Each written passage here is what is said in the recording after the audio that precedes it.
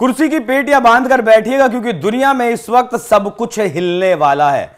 जी हां, रूस ने ऐसा कदम उठाया है जिसके बाद अमेरिका भी शायद ये सोच रहा होगा कि आखिर हुआ तो हुआ क्या। रूस becomes first country to recognise Taliban. 2021 में अफगानिस्तान, 2021 में अमेरिका यहां से निकल गया था अफगानिस्तान से, और 2021 के बाद से 2025 चल रहा है, मतलब 4 साल से अफगानिस्तान में तालिबान का शासन है। लेकिन आज तक दुनिया के किसी भी देश ने तालिबान को एक देश के रूप में मान्यता नहीं दी थी। आज आपको सारे इतिहास से रूबरू करवाएंगे, जब अफगानिस्तान के लिए रूस लड़ाई लड़ लिया करता था, अमेरिका भी लड़ता था, और ये रूस अमेरिका दोनों आपस में भी लड़ते थे। इस लड़ाई के चक्कर में कई बार यहां तख्ता पलट भी हुआ, और आखिरकार जैसे कि सीरिया से जो रूस की समर्थित सरकार थी बशर अल असद की, उसे अमेरिका का CIA खदेड़ने में कामयाब रहा, रूस का प्रभाव कम करने में कामयाब रहा। अब ठीक वैसे ही, मतलब कहें कि अमेरिका के जले पर नमक ही नहीं, नमक के साथ मिर्ची भी रशिया ने रगड़ दी है कि लो भैया, जो तुमने हमारा प्रभाव रशिया में कम किया था, वो प्रभाव हमने अमेरिका में दोबारा से हासिल कर लिया है। अमेरिका के लिए बहुत बड़ी शर्मिंदगी की बात है, क्योंकि 2021 में 20 साल, मतलब ये कहें कि 2000 में हमला जब हुआ था अमेरिका के ऊपर 9/11 का, उसके बाद से लगातार 20 साल अमेरिका अफगानिस्तान में रहा, लड़ाई लड़ी, लेकिन वो जीत नहीं पाया, वो खत्म नहीं कर पाया उस तालिबान को, जिन आतंकवादियों को अमेरिका ने ही पन पाया था, जिन आतंकवादियों को अमेरिका ने ही पनाह दी थी, जिन आतंकवादियों को रूस के लिए तैयार किया था अमेरिका ने ही। हेलीकॉप्टर छोड़कर गया, अपने हुमवी छोड़कर गया, राइफल छोड़कर गया। यह अनुमान ऐसा है कि $85 बिलियन के हथियार अफगानिस्तान में अमेरिका छोड़कर गया था। 2024 में ट्रंप सत्ता में, माफ कीजिएगा, 2025 में जैसे ही ट्रंप सत्ता में आते हैं, वो तालिबान पर चिल्लाते हैं कि हमारे जो हथियार है वापस लौटाओ। तालिबान ने जवाब दिया कि मांगने अगर आएंगे ना तो इन्हीं से मारेंगे, तुम छोड़कर गए थे, हमने तुम्हें छोड़ने के लिए मजबूर नहीं किया था, अब आओगे तो इन्हीं से मारेंगे। अमेरिका ने तालिबान को हथियार गिफ्ट किए हैं, और गिफ्ट की हुई चीज वापस नहीं लौटाई जाती। पुतिन ने तालिबान को ताज दे दिया है। अब पुतिन ने तालिबान को वैध ठहराकर अमेरिका की हार को दुनिया के सामने लहरा दिया है। सवाल यह है कि क्या ये 1979 की सोवियत हार का बदला है? इस 1979 की हार को भी आप आगे समझेंगे, लेकिन दुनिया में खामोशी है। भारत, चीन, पाकिस्तान, ईरान सब तालिबान से व्यापार तो करते हैं, मतलब डील तो करते हैं, इन्वेस्ट तो वहां करते हैं, लेकिन एक देश के रूप में मान्यता अभी तक भी किसी ने नहीं दी है। लेकिन अब हो सकता है आने वाले वक्त में ये देश भी तालिबान को एक देश के रूप में मान्यता दें। अफगान दूतावास पर आज हमारे भारत में जो दिल्ली में अफगान दूतावास है, वहां आज भी अफगानिस्तान का पुराना झंडा लगा है, ना कि इस्लामिक अमीरात का। भारत के विदेश सचिव विनय क्वात्रा ने तालिबान से बात की ऑपरेशन सिंदूर के दौरान, लेकिन मान्यता नहीं दी। तालिबान 4 साल से सत्ता में, लेकिन दुनिया उसे कब्जाधारी कहती थी। पुतिन ने इस सन्नाटे को तोड़ा और बोला, तुम ही हो अफगानिस्तान के मालिक। यह साहस है या फिर जियोपॉलिटिक्स की चाल? ये सीरिया का बदला है या फिर जिस तरीके से लगातार अमेरिका कमजोर हो रहा है उसके लिए अमेरिका को आईना दिखाने वाली बात है? अफगानिस्तान कोई साधारण देश नहीं है, इस बात को आप समझ लीजिए। ये जियोपॉलिटिक्स का बहुत बड़ा शतरंज है।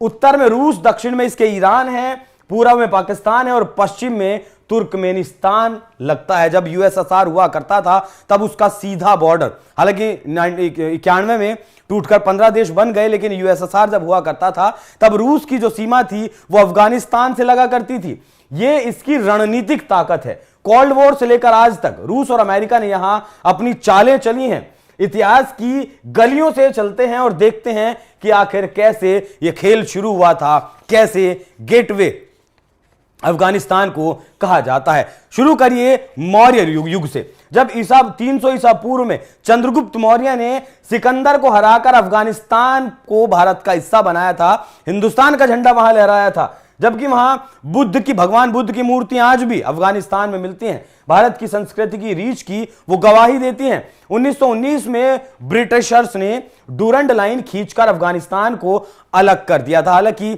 इस दौर में वो कामयाब रहा था फर्स्ट वर्ल्ड वॉर के दौरान रूस को यहां से बाहर निकालने में, और खुद यहां पर आकर बैठा था, डूरंड लाइन खींची थी। जो डूरंड लाइन आज पाकिस्तान और अफगानिस्तान के बीच में है, यही उस वक्त तो भारत और पाकिस्तान एक हुआ करते थे, यही वो डूरंड लाइन है जो अफगानिस्तान और भारत को अलग करती थी, उस वक्त के अफगानिस्तान को और उस वक्त के ही भारत को। आज भारत पाकिस्तान अलग है, आज पाकिस्तान की सीमा से डूरंट लाइन लगती है ताकि सोवियत रूस तक ना पहुंच सके, ताकि जो यूएसएसआर उस वक्त हुआ करता था वो भारत तक ना पहुंचे, अफगानिस्तान तक ही वो सीमित रह जाए। अफगानिस्तान भारत का गहना था, ऐसा कहा जाता है। अब जियोपॉलिटिक्स का जंगल बन चुका है। 1973 में भी वहां तख्ता पलट हुआ था। दरअसल यहां अमेरिका की समर्थित सरकार इस वक्त चला करती थी, जैसे कि ईरान में चला करती थी। 1919 से 1973 तक जहीर शाह की राजशाही यहां रही, लगभग 56 साल तक अफगानिस्तान शांत था। लेकिन 1973 में उनके सेनापति दाऊद खान ने तख्ता पलटकर सत्ता हथिया ली थी। 1978 में नूर मोहम्मद तारिकी ने सोवियत समर्थित क्रांति की स्कूल कॉलेज खोले, महिलाओं को आजादी दी, लेकिन इस्लामी कबीलों को यह आधुनिकरण रास नहीं आया। अब यहां एक और चीज समझ लीजिए, देखिए ये जो 1978 है ना, इस साल को पकड़ कर रखिएगा। 1978 में यहां नूर मोहम्मद तारिकी ने सोवियत समर्थित क्रांति की। सोवियत समर्थित मतलब जिस तरीके से ईरान में यूरोपीय जो कल्चर था उसकी तरफ बढ़ रहे थे, महिलाओं को पढ़ने का, गाड़ी चलाने का, नाचने का, गाने का सब अधिकार वहां दिए जा रहे थे ईरान में, जिसके खिलाफ में आयतुल्ला ये जो खामेनी आज बैठे हैं, इन्होंने वो क्रांति की थी और वहां इस्लामिक शासन लेकर ही आए थे। ठीक वैसे ही 1978 में, जब ये 1973 में तख्ता पलट हुआ था, उसके बाद 1978 में ही, पिछला स्लाइड दिखाइएगा जरा, 1978 में ही यहां तारिकी आए थे और तारिकी ने वही मॉडर्नाइजेशन यहां लाना शुरू किया था। मॉडर्नाइजेशन लाना शुरू किया तो इसके खिलाफ सीआईए ने यहां के कुछ कबीलों को भड़काया। यहां जो छोटे छोटे कबीले थे उन लोगों को भड़काया, स्कूली छात्रों को भड़काया कि ये इस्लाम के खिलाफ है। ये सारा सीआईए ने फंड किया था और उसके बाद यहां पर फिर से इनकी तारिकी की हत्या कर दी जाती है। और ये तारिकी की जब हत्या की जाती है तब उस वक्त ये रशिया के दौरे पर थे। जैसे ही रशिया से ये आते हैं, घर अपने पहुंचते हैं, घर पहुंचते इनके पूरे परिवार को मार दिया जाता है। और तब से मतलब 1978 से लेकर और आज 2025 में हम आपके सामने हैं, तब से अब तक ये स्थिर नहीं रहा है। अमेरिका का खेल ये 1969 में, जैसा मैंने आपको बताया, अमेरिकी समर्थित रजा पहलवी की जो सरकार थी ईरान में, वहां उसके बाद खुमैनी आए, अमेरिका बौखलाया, तारिकी का सोवियत स्टाइल आधुनिकीकरण उसे चुभा। ये तारिकी समर्थित थे रूस के, सोवियत संघ के। सीआईए ने तारिकी के खिलाफ कबीलों को फंड किया। छात्र मुजाहिदीन और सऊदी से ओसामा बिन लादेन, सऊदी से इसको बुलाया गया था यहां पर, ओसामा बिन लादेन को अफगानिस्तान में, पाकिस्तान में इनकी ट्रेनिंग करवाई गई। अमेरिका ने तालिबान को जन्म दिया और बाद में खुद उसी आग में अमेरिका जला। 2001 में जो 9/11 हुआ, उसके बाद 20 साल तक वो अफगानिस्तान में ही लड़ा। पहले देखिए, अमेरिका ने इन आतंकवादियों को तैयार किया सोवियत रूस के साथ लड़ने के लिए, लेकिन उसके बाद ये उसी के गले की फांस बन गई और अमेरिका में ही इसने जो है आग लगाई। सीआईए ने तारिकी के विदेश मंत्री हफीजुद्दीन अमीनी को खरीदा और 1979 में तारिकी का कत्ल करवा दिया पूरे परिवार के साथ। यह सोवियत के ऊपर चोट थी। इस चोट को सोवियत बर्दाश्त नहीं कर पाया और लगभग 85,000 सैनिक लेकर, टैंक लेकर वो अफगानिस्तान के अंदर घुस गया था। अमीन को मारकर, मतलब जो ये जो अमीन था, सीआईए का जो पिट्ठू था जिसने यहां तारिकी को मरवाया था, उसे तो मार दिया, लेकिन पूरी तरीके से अफगानिस्तान पर कब्जा नहीं कर पाया, जीत नहीं पाया और उसके बाद ये वहां से लौट गया। लेकिन यहां अपनी कठपुतली सरकार, अपना कठपुतली प्रधानमंत्री या जिसे भी जो भी कहें, उसे छोड़कर चला गया था। बाकी सीआईए फंडेड तालिबान और मुजाहिदीन 10 साल तक सोवियत को उलझाए रखा।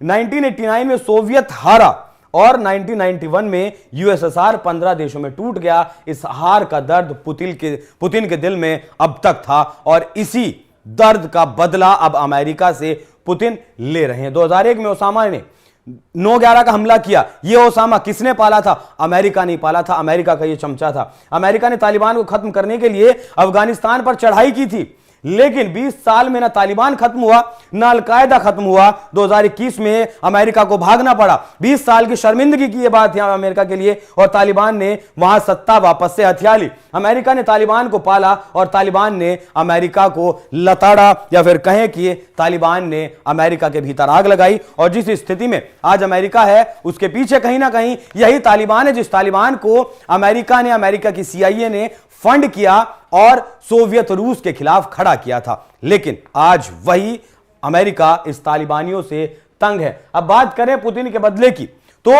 पुतिन ने एक तरीके से अगर कहें कि जिस तरीके से 1989 में सब कुछ हुआ, 10 साल लंबी लड़ाई चली, 1991 में सोवियत रूस 15 देशों में टूट गया, और अब सीरिया से बशर अल असद की जो सरकार थी रूस समर्थित, उसको वहां से खदेड़ने में अमेरिका कामयाब रहा। तो अब कहीं ना कहीं ये थोड़ा सा मरहम का काम कर सकता है। अब 2025 में पुतिन ने तालिबान को मान्यता देकर 1979 की हार का हिसाब पूरा कर लिया है।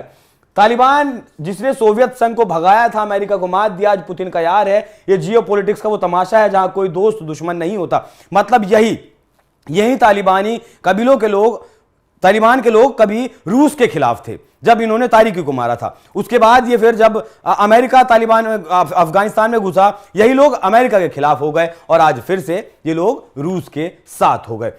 यूक्रेन युद्ध में अमेरिका ने रूस को घेरा, लेकिन पुतिन ने तालिबान को मान्यता देकर अमेरिका की 20 साल की नाकामी को दुनिया के सामने रख दिया है। सेंट्रल एशिया की अगर बात करें तो अफगानिस्तान सेंट्रल एशिया का गेटवे है, सेंट्रल एशिया का गेटवे है। रूस चाहता है कि एससीओ और ब्रिक्स में तालिबान शामिल हो ताकि उसकी पकड़ मजबूत हो सके।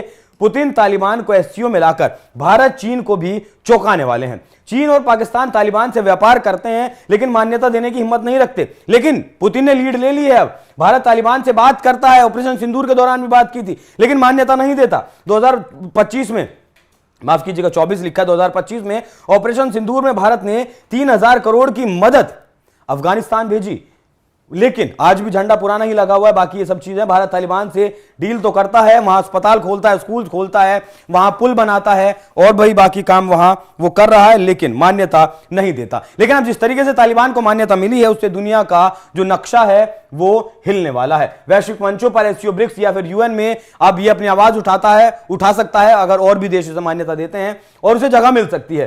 रूस इसका बैकअप लेगा, जिससे अमेरिका और पश्चिमी जो देश हैं वो बौखला जाएंगे। करंट उनको जरूर लगेगा। रूस के बाद चीन और पाकिस्तान भी तालिबान को वैध ठहरा सकते हैं, क्योंकि रूस का दोस्त चीन है और चीन का पिट्ठू अब पाकिस्तान है। तो इनके बाद ये देश मान्यता दे सकते हैं, क्योंकि 2025 में, अभी पिछले महीने चीन ने कहा था कि वो जो उसकी सीपीईसी है, चाइना पाकिस्तान इकोनॉमिक कॉरिडोर की जो योजना है, उसे वो अफगानिस्तान को भी उसमें शामिल करने की बात कर रहा है। तो और वहां के जो विदेश मंत्री हैं मुताकी, उन्हें बुलाया भी था। चीन में बैठक भी इनकी हुई थी। 2024 में यूएन की रिपोर्ट में कहा गया था कि तालिबान अभी भी अलकायदा और हक्कानी नेटवर्क को शरण देता है। देखिए, तालिबान जो फिलहाल आज का तालिबान है वो 10 अलग अलग टुकड़ों में वो भी बटा हुआ है। 10 अलग अलग संगठन वहां भी चलते हैं, लेकिन सबसे मजबूत जो संगठन है वो फिलहाल सरकार में बैठा है, सत्ता में बैठा है। कब किसके साथ क्या वहां तालिबान में खेल हो जाए वो कोई नहीं जानता। इसीलिए इस देश को या फिर तालिबान को मान्यता देने से लोग अभी भी कतरा रहे हैं।